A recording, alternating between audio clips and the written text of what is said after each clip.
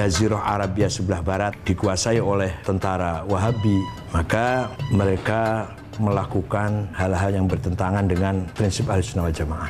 Segera dibentuk Komite Hijaz. Begitu akan berangkat ke Saudi Arabia, delegasi Komite Hijaz ini sudah atas nama.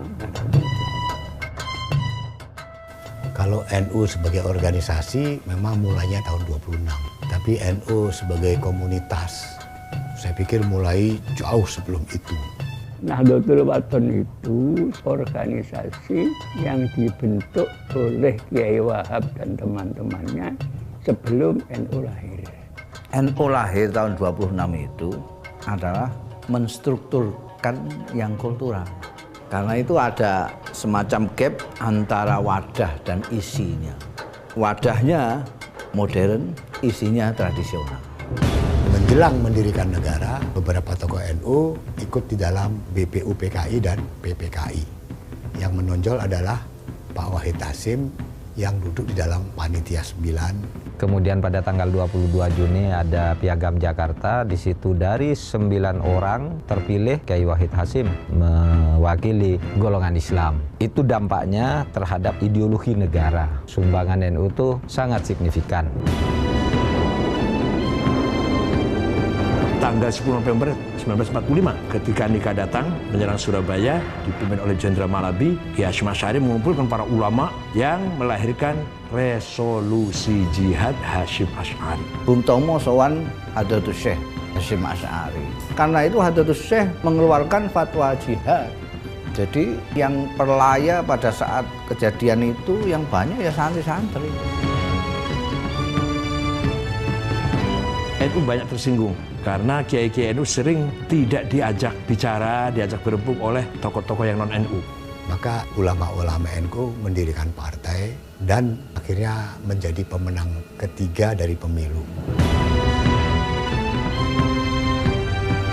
Zaman Orde Baru yang paling dilalimi oleh Orde Baru itu orang NU. Agak kendor dilalimi itu sebentar saja ketika NU menerima asas Pancasila, mengeluarkan Khitoh itu. Khitoh ini merupakan langkah besar dari NU. Maknanya adalah penyatuan wawasan NU dengan kepentingan nasional. Sehingga NU bukan lagi bagian dari partai politik. Dia harus menjadi bagian dari kepentingan nasional. Karena ini anti kekerasan.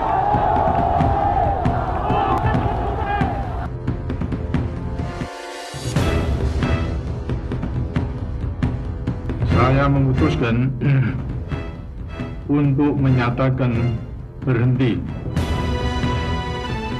Bismillahirrahmanirrahim.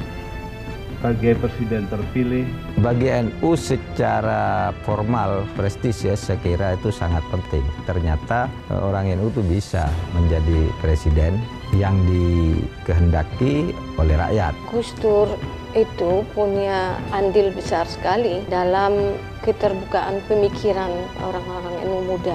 Proses regenerasi mengalir saja ya, sesuai dengan kebutuhan zamannya. Jadi kita melihat banyak sekali tokoh-tokoh NU yang kemudian memainkan peran baik dalam komunitas NU sendiri maupun dalam kancah nasional dan kemudian juga bahkan kancah internasional.